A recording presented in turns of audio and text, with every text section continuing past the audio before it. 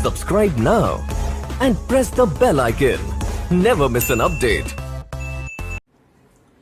Hey everyone, welcome to my channel physics by Saurabh sir. लेके आ गया हूँ यार आज एक और वीडियो, और आज की इस वीडियो में हम करने वाले हैं the force acting between parallel plate capacitor. तो देखते हैं क्या इसकी डेरिवेशन, क्या निकलता है इसका फॉर्मूला, और सीखेंगे कुछ कॉन्सेप्ट्स आज की इस वीडियो में। ठीक है, तो चलो यार स्टार्ट करते हैं। देखो बेसिकली हमारे पास हम पैरेलल प्लेट कैपेसिटर कर रहे थे, और जिसमें हमने कंसीडर किया था हमारे पास दो प्लेट्स होती हैं, एक हमारे पास नेगेटिवली चार्ज है, एक हमारे पास पॉजिटिवली चार्ज है। ठीक है ना, इसका एरिया हमारे पास ए है, इसकी सरफेस चार्ज डेंसिटी हम सिग्मा और इसकी माइनस सिग्मा ले लेते हैं। ये सारी बेसिक चीजें आप लोग बड़े अच्छे से जानते हो, कोई दिक्कत वाली बात नहीं। ओके, हमारे पास ये पैरेलल प्लेट कैपेसिटर है और हमें फोर्स निकालनी है। तो फोर्स कौन किस पे लगा रहे हैं पता होना चाहिए ना। फोर्स निकालने का मतलब नहीं होता है, देखो बेसिकली ये पॉजिटिव है और ये नेगेटिव है। खुद सोच के देखो एक बार, अगर मैं इस प्लेट को उठाऊं और इसको इधर ले जाने की कोशिश करूं, क्या कर रहा हूं मैं इस प्लेट को उठाऊंगा और इसको इधर ले जाने की कोशिश करूंगा, क्या मुझे वर्क करना पड़ेगा? सवाल है क्या मुझे वर्क करना पड़ेगा? यस, 100% मुझे वर्क करना पड़ेगा। मुझे इस तरफ वर्क करना पड़ेगा। ठीक है, तो वर्क करने के लिए मुझे क्या लगानी पड़ेगी? फोर्स लगानी पड़ेगी, जिसको मैं एक्सटर्नल एजेंट बोलूंगा। क्योंकि वर्क डन कब होता है? जब हम एक्सटर्नली फोर्स लगाते हैं। ये बात हम जानते हैं, जब हम एक्सटर्नली फोर्स लगाते हैं तो ये एक्सटर्नल फोर्स मुझे लगानी पड़ेगी अगर मैं इस रोड को दूर ले जाना चाहता हूं। क्योंकि जब मैं दूर ले जाऊंगा तो ये पॉजिटिव इस नेगेटिव को ऑफकोर्स सी बात है अट्रैक्ट भी करेगा। ये इसको जाने थोड़ी देगा, तभी तो मुझे वर्क करना है। तो ये उसको जाने नहीं देगा, बिकॉज आप जैसे कि जानते हो कि देयर इज अ पॉजिटिव और नेगेटिव, तो इसको अट्रैक्ट करने की कोशिश करेगा। तो वो ये प्लेट इस प्लेट पर फोर्स लगाएगी अपनी तरफ। एक बार फिर से, ये प्लेट रखी हुई है और मैं चाहता हूं कि मैं इस प्लेट को दूर ले जाऊं यहां से, तो क्या मुझे यहां पर वर्क करना पड़ेगा? यस, मुझे वर्क करना पड़ेगा। वर्क का मतलब क्या होता है? मुझे एक्सटर्नली एक फोर्स लगानी पड़ेगी इस प्लेट को दूर ले जाने के लिए। जैसा कि अब आप देख पा रहे होंगे कि ये वाली जो प्लेट है इस प्लेट के ऊपर फोर्स लगाएगी, क्योंकि there is electric field between the plates, और जहां इलेक्ट्रिक फील्ड होगा आप जानते हो फोर्स होता है वहां पर। तो ये प्लेट इसको अपनी तरफ खींचेगी। ठीक है, तो जब ये वाली फोर्स, जब ये एक्सटर्नल फोर्स इस वाली फोर्स के जस्ट इक्वल हो जाएगी, ये एक्सटर्नल फोर्स इस वाली फोर्स के जस्ट इक्वल हो जाएगी, तो मैं कह सकता हूं कि मेरी रोड स्लोली स्लोली आगे को मूव करने लगेगी। एक बार फिर से सुन लो, ये एक्सटर्नल फोर्स है जो मैं लगा रहा हूं इसको उधर ले जाने के लिए, और ये वो फोर्स है जो ये प्लेट इस प्लेट पर लगा रही है अपनी तरफ। तो ये फोर्स मुझे कैलकुलेट करनी है। यही तो फोर्स है जो एक्ट हो रही है बिटवीन द प्लेट्स। ठीक है, तो जब मैं एक्सटर्नल फोर्स इधर लगाऊंगा, मान लो ये फोर्स 10 न्यूटन है और मैं 5 न्यूटन लगाता हूं, तो क्या ये मूव करेगा? बिल्कुल मूव नहीं करेगा। ठीक है, तो जैसे ही मैं इसके बराबर, मतलब जो एक्सटर्नल फोर्स है F के बराबर रखता हूं, तो मैं कह सकता हूं कि जो मेरी रॉड है वो स्लोली मूव करने लगेगी। ज्यादा रखूंगा तब भी करेगी, लेकिन वो जब एक्सेलरेट करेगी, मुझे उसमें भी इंटरेस्ट नहीं है। मुझे तो एक्चुअली में ये फोर्स निकालनी है ना, तो मैं स्लोली मूव करवाऊंगा ताकि मैं फोर्स एक्सटर्नल की जगह F की वैल्यू पुट कर सकूं। ठीक है ना, तो बेसिकली आपको समझ में आ गया होगा कि ये फोर्स एक्सटर्नल इस फोर्स के बराबर होगा, तो हमारी जो रॉड है, वो जो प्लेट है वो स्लोली मूव करने लगेगी। तो बेसिकली हमें कैलकुलेट क्या करना है? ये फोर्स कैलकुलेट करनी है जो प्लेट्स के बीच में एक्ट करती है, मतलब एक प्लेट दूसरी प्लेट के ऊपर लगाती है। ठीक है, तो पहले तो आपको ये पता होना चाहिए आप निकाल क्या रहे हो। तो ये वाली फोर्स है जो मुझे कैलकुलेट करनी है। ये क्लियर हो गया होगा आपको। ठीक है, तो अब बेसिकली हमें कैलकुलेट कैसे करना है सोच के देखो। मैकेनिक्स से एक सिंपल सा एग्जांपल उठाता हूं और उसको यहां रिलेट करने की कोशिश करूंगा, रटवाने की कोई जरूरत नहीं है। मान लो ये हमारा ग्राउंड है, बार बार मैं यही एग्जांपल देता हूं क्योंकि सबसे बेसिक और सबसे सिंपल एग्जांपल है। अगर ये रेफरेंस है, ये ग्राउंड हमारा रेफरेंस है, यहाँ पोटेंशियल एनर्जी हमारी 0 है। मान लो इससे h/2 हाइट पर एक बॉक्स पड़ा है। मैं कहता हूं इसको h/2 पे जो बॉक्स पड़ा है उसको उठा के और h/2 उठा दो, तो टोटल कितनी हाइट हो जाएगी? h हो जाएगी। और इसको यहां ले जाओ। ठीक है, तो उसमें आपको कितना वर्क करना पड़ेगा? तो बेसिकली कितना वर्क करना पड़ेगा? आप बोलोगे ये h/2 पे था ऑलरेडी, 9th क्लास का सवाल है, तो आप कहोगे ये कितना मूव किया? h/2 मूव किया है, तो आप वर्क डन बोलोगे mgh/2। पोटेंशियल एनर्जी का यही फॉर्मूला होता है ना, mgh। कितना हाइट मूव किया आपने? h/2। तो आप डायरेक्ट आंसर बता दोगे सर वर्क डन आएगा mgh/2। लेकिन ये वर्क डन आया कैसे? वो भी तो देख लो एक बार, आपने फॉर्मूला याद किया हुआ, अच्छी बात है। ये आया कहां से? ये जो वर्क डन का फॉर्मूला आया है, ये आया है final potential energy minus initial potential energy is equals to work done. ये वर्क डन का जो फॉर्मूला mgh/2 वो यहां से निकला है। कैसे निकला है सोच के देखो। फाइनल पॉइंट पर आपका बॉक्स कहां पहुंच गया? h हाइट पर पहुंच गया। तो पोटेंशियल एनर्जी जो h हाइट पे होगी वो कितनी होगी? mgh। ठीक है, इनिशियली हम कहां पर थे? mgh/2। तो जब आप इसको माइनस करते हो तो mgh/2 ही आएगा।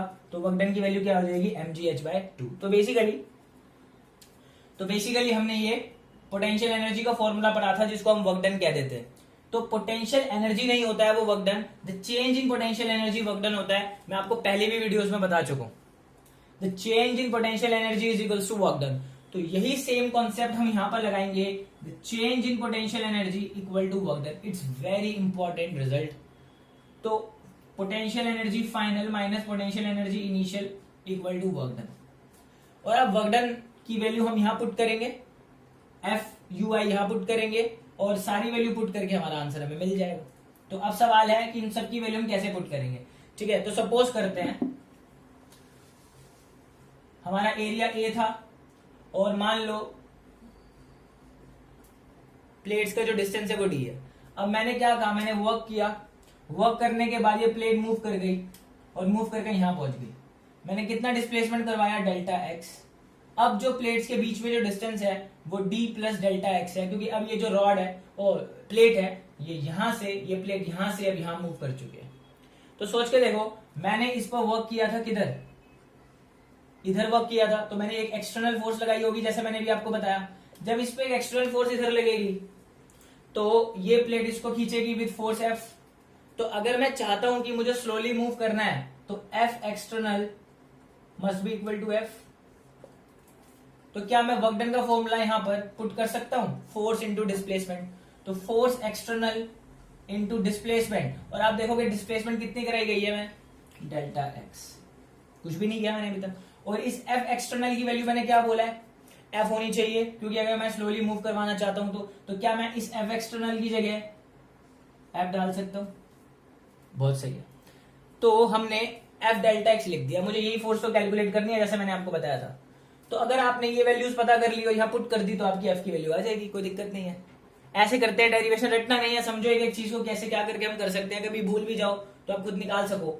अब सिंपल सा लॉजिक लगाना है और यहाँ पर फाइनल और इनिशियल पोटेंशियल एनर्जी की वैल्यू यहाँ पर पुट करनी है। अब वो कैसे करेंगे? क्योंकि हमें तो यहाँ पता था पोटेंशियल एनर्जी का फॉर्मूला, मैंने डायरेक्ट डाल दिया, mgh होता है ना। यहाँ तो हमें पता था। अब यहाँ पे आपको कुछ आइडिया नहीं होगा तो यहाँ पे पोटेंशियल एनर्जी कैसे कैलकुलेट करनी है वो देखते हैं। लास्ट वीडियो में हमने किया था एनर्जी डेंसिटी, कुछ पढ़ा था हमने। एनर्जी डेंसिटी होता है potential energy per unit volume. Energy density equal to potential energy U upon volume. ठीक है, तो अगर मैं पोटेंशियल एनर्जी लिखता हूं तो ये वॉल्यूम इधर जाके मल्टीप्लाई होगा। तो this is energy density into volume, कोई दिक्कत ही नहीं है। ठीक है, तो अगर मैं किसकी वैल्यू निकालता हूं? पहले मैं फाइनल की वैल्यू निकालता हूं। तो अगर मैं पोटेंशियल एनर्जी फाइनल लिखता हूं तो एनर्जी डेंसिटी तो कांस्टेंट है, तो एनर्जी डेंसिटी को वैसे लिख दो। अब हमें लिखनी है वॉल्यूम। तो जैसा आप देख रहे होंगे फाइनल कंडीशन में मेरे जो प्लेट थी कहां पहुंच गई? यहां पहुंच गई। फाइनल कंडीशन में मेरी प्लेट यहां पहुंच गई है, ये यहां पर। तो इस केस में अगर आप देखोगे वॉल्यूम क्या लिखोगे? एरिया इंटू डिस्टेंस को वॉल्यूम लिखते हैं। तो एरिया तो ए है और डिस्टेंस कितना है इस टाइम पर? d plus delta X. तो यहां ब्रैकेट में d प्लस डेल्टा एक्स, कोई दिक्कत ही नहीं, अच्छी बात है। अब सिमिलरली ये u का फॉर्मूला है ना, अगेन अगर मुझे इनिशियल वाला लिखना है तो फिर से क्या लिखूंगा? एनर्जी डेंसिटी, वो तो कांस्टेंट है, इनटू में फिर से वॉल्यूम लिखूंगा। अब वॉल्यूम इनिशियल में हम कहां थे? इनिशियल में हमारी प्लेट यहां थी, ये इनिशियल है और ये फाइनल है। तो इनिशियल एरिया तो ए ही है और डी कितना है हमारा? डिस्टेंस कितना है हमारे पास? डी। तो वॉल्यूम आ गई ए इंटू डी। तो देखो हमारे पास फाइनल पोटेंशियल एनर्जी भी आ गई है, इनिशियल भी आ गई, यहां पुट कर दो। तो फाइनल वैल्यू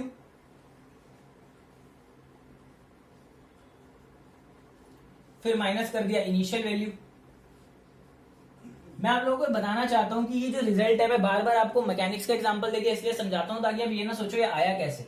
तो हम बेसिकली आप ना वो 9th क्लास से ही पढ़ते आ रहे हो जाने अनजाने में। वो जो मैंने आपको मैकेनिक्स का एग्जांपल देके समझाया था कि चेंज इन पोटेंशियल एनर्जी हमेशा वर्क डन होता है। तो जब मैं वहां आपको समझा रहा था तो मैंने पोटेंशियल एनर्जी का फॉर्मूला mgh डाला, तो वहां पे मैं फॉर्मूला जानता था, आपने पढ़ा ना पोटेंशियल एनर्जी का फॉर्मूला mgh होता है, तो हम उसको वर्क डन के इक्वेट कर देते थे। ठीक है, तो वो इसलिए हम इक्वेट करते थे क्योंकि the change in potential energy work done होता है। तो हमने चेंज इन पोटेंशियल करके भी हमने वर्क डन वही निकाला और डायरेक्ट वर्क डन भी हमने वही निकाला जो उससे आया था। तो ये रिजल्ट इंपॉर्टेंट होता है, काफी जगह यूज होता है, काफी डेरिवेशंस में यूज होता है, ये आपको यूज करना आना चाहिए। तो मैंने पोटेंशियल एनर्जी फाइनल इनिशियल को वर्क डन के बराबर कर दिया और यहाँ पे इनकी वैल्यू पुट कर दी। वहां पर तो मैं फॉर्मूला जानता था, यहां पर फॉर्मूला मैंने ऐसे देखा, यहां पर आ गया UAD equal to F into delta x. Simple. अब आप इसको ओपन कर दो,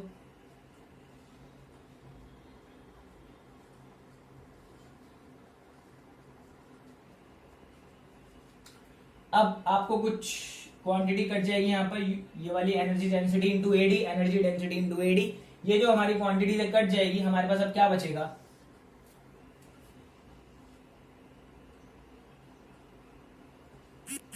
equal to F delta X. तो अगर आप ध्यान से देखोगे हमारा डेल्टा एक्स और डेल्टा एक्स भी कैंसिल हो गया और जो फोर्स हम चाहते थे वो फोर्स हमें मिल गई है, which is given by energy density into area equal to F. Basically अब यहां पर हमें एनर्जी डेंसिटी की वैल्यू पुट करनी है। जैसे आप जानते हो एनर्जी डेंसिटी का फॉर्मूला होता है हमारे पास, हमने पिछली वीडियो में डिराइव किया था, half epsilon not E square, magnitude की बात कर रहा हूं, half epsilon not E square and this is area, and this is area. ठीक है, तो फोर्स की वैल्यू आ गई हमारी half epsilon not E square into area. अब मैं इसको थोड़ा सा यहां रब कर रहा हूं, इसको नोट कर लेना आप। अब मैं यहां पे मुझे थोड़ा सा चेंज करना पड़ेगा, this is half epsilon naught, ये जो ई स्क्वायर है इस एक ई को अंदर लिख दो इंटू ए और एक ई को सेपरेट करके बाहर लिख दो, दिस इज योर एफ। ठीक है, मैंने इस ई को, दो ई को अलग अलग कर दिया, सिंपल। अब यहां पर आप जानते हो प्लेट्स के बीच में जो इलेक्ट्रिक फील्ड होती है वो होता है सिग्मा बाय एप्सिलॉन नॉट, ये आप जानते हो, this is sigma by epsilon not into area, और बाहर आपकी जो इलेक्ट्रिक फील्ड है वो एज इट इज है, कोई दिक्कत नहीं है, इक्वल में हमारा फोर्स हमारा चल रहा है, सिंपल। अब आप देखोगे एप्सिलॉन नॉट से एप्सिलॉन नॉट कट गया, और आपने देखा होगा कि जो सिग्मा होता है वो भी चार्ज पर यूनिट एरिया होता है, ये हम कोई नई बात नहीं है। तो ये जो सिग्मा है इसकी जगह पुट कर दो क्यू बाय ए इंटू ए, और बाहर आपकी इलेक्ट्रिक फील्ड ऑलरेडी है और आपका फोर्स ऑलरेडी है। तो अगर आप ध्यान से देखोगे एरिया से एरिया कट गया तो आपका क्या बच रहा है, हाफ क्यू ई। तो हमारी जो इलेक्ट्रिक जो फोर्स आ रही है वो आ रही है हाफ क्यू ई, ये मैग्नीट्यूड की बात हो रही है। ठीक है, तो जो फोर्स का जो फॉर्मूला होता है, the force acting between the plates of the capacitor is given by this formula is F equal to half Q E. देख रहे हो, तो कुछ भी नहीं किया, बेसिक यूज किया मैंने, the change in potential energy is equal to work done final minus initial, work done मैंने क्या किया है, force external into delta X. अब फोर्स एक्सटर्नल किसके बराबर होगा, फोर्स के, अगर मुझे स्लोली मूव करना है तो फोर्स डाल दिया एफ एक्सटर्नल की जगह, और यहाँ पर मैंने जो पोटेंशियल एनर्जी का जो फॉर्मूला है वो मैंने एनर्जी डेंसिटी वाले से यहाँ पर लिखवाया था, वो आपने देख लिया होगा, वहां से यहाँ पुट किया। फाइनल कंडीशन में जो डिस्टेंस है वो डी प्लस डेल्टा एक्स है, इनिशियल कंडीशन में डी है, और यहाँ से वैल्यू कट गई, डेल्टा एक्स से डेल्टा एक्स कट गया, आई गॉट दिस। इसका फॉर्मूला हम पिछली क्लास में डिराइव कर चुके हैं, जिसने नहीं देखा जाके देख लीजिएगा। यहाँ डाल दिया, एरिया आ गया। अब मैंने एक इलेक्ट्रिक फील्ड को बाहर लिख दिया, इलेक्ट्रिक फील्ड की value sigma by epsilon naught, epsilon naught से एप्सिलॉन नॉट कैंसिल, और सिग्मा की वैल्यू डाल दी चार्ज पर यूनिट एरिया, एरिया से area cancel, I got this formula half Q E. ठीक है, डायरेक्शन आपको दिख ही रही है, मैंने फोर्स निकाली है, इस तरफ को है, मैग्नीट्यूड आ गया हमारे पास हाफ क्यू ई। होप करता हूं आपको समझ में आया होगा कि मैं क्या समझाने की आपको कोशिश कर रहा था, कि हमारा जो फोर्स का फॉर्मूला है वो क्या है, हाफ क्यू ई। ठीक है, बेसिकली, और इसका एक फॉर्मूला और भी बहुत ज्यादा यूज होता है, इसमें क्या करते हैं कि वो जो ये इलेक्ट्रिक फील्ड है इसकी भी वैल्यू पुट कर देते हैं, जैसे कि ये एक फॉर्मूला तो ये है, और एक जो दूसरा फॉर्मूला है वो भी बहुत यूज होता है, या तो ये यूज करते हैं या ये यूज करते हैं। इलेक्ट्रिक फील्ड की वैल्यू यहां भी डाल देते हैं sigma by epsilon not, sigma by epsilon not, और इसकी वैल्यू सिग्मा की वैल्यू फिर से डाल देते हैं चार्ज पर यूनिट एरिया, तो Q into Q by A epsilon naught. क्या किया, Q का Q उतार दिया, सिग्मा की जगह मैंने फिर से वही लिख दिया चार्ज पर यूनिट एरिया। अब देखो Q इंटू क्यू क्या होता है, Q स्क्वायर, तो हमारा एक नया फॉर्मूला आ गया फोर्स का, half Q into Q Q square bye A epsilon. ये फॉर्मूला भी यूज होता है, ठीक है। तो या तो फॉर्मूला ये यूज होगा हाफ क्यू ई, इतना निकाल लिया आपने, फिर ई की जगह सिग्मा बाय एप्सिलॉन नॉट डाल दिया, और क्यू की जगह सिग्मा की जगह क्यू बाय ए डाल दिया, then Q into Q Q square and this is A epsilon naught. तो Q square by 2a epsilon naught, ये दो फॉर्मूले जो होते हैं फोर्स के, ये बहुत ज्यादा यूज होते हैं। होप करता हूं आप लोगों को आज की जो डेरिवेशन है वो क्लियर हो गई होगी, कोई दिक्कत वाली बात नहीं है। फोर्स का फॉर्मूला ड्राइव करने के लिए आ जाता है एग्जाम में, तो इस फॉर्मूले को देख लो, और प्लीज डेरिवेशन को रटना जरूरी नहीं है, अगर आप बेसिक्स जानते हो ना तो बड़े आराम से आपकी डेरिवेशन हो जाएगी। मैं कोशिश करता हूँ आपके बेसिक्स ज्यादा क्लियर हो, इसलिए मैंने आपको वो क्लासिकल मैकेनिक्स से एक एग्जांपल देने की कोशिश की थी कि जो आप पहले से पढ़ते हुए आ रहे हो उसी का ही यूज, बेसिक्स का ही यूज होता है अब भी हायर क्लासेस में भी। ओके, तो हमारा जो कैपेसिटर की जो डेरिवेशंस हैं वो खत्म होती हैं। नेक्स्ट वीडियो में हम सीरीज पैरेलल कॉम्बिनेशन देखेंगे कैपेसिटर्स का। तो मिलते हैं हम अपनी नेक्स्ट वीडियो में, तब तक के लिए ध्यान रखो अपना यार, स्टे होम स्टे सेफ।